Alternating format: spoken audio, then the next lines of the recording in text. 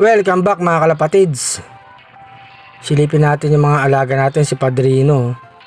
Dito sa loob silipin natin.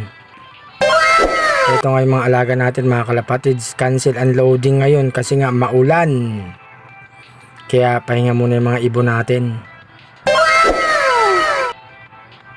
Ayan yung mga stock birds natin mga kalapatids. Ito si Baby Padrino. Gustong gusto rin nilalaro siya. Parang yung tatay niyang si Padrino yan mga kalapatids. Ayan o. Ito yung parapol natin mga kalapatids. Matikas na ibon. Poging ibon. Pangwalay yung ibon mga kalapatids. Baby Padrino. Ito naman yung tatay niya. Ang original. Na matikas. Si Padrino mga kalapatids.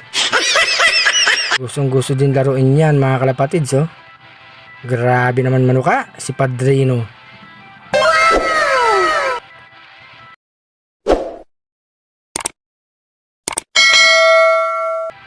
Eto rin pala mga kalapatids yung anak niya si Delubasa.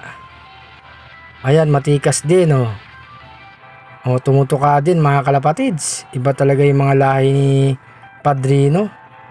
Pangwala yung ibon mga kalapatids. Ito yung mga alaga natin mga kalapatids oh. Cancel ang training sa club natin mga kalapatids. Makakapagpahinga pa sila. Ayan oh, si Delubasa. Ito na nga ang paligid mga kalapatids. Malapit na nga magtakip silim. Alas 6 pasado na ng gabi. Walang aabangan bukas mga kalapatids. Cancel nga ang training.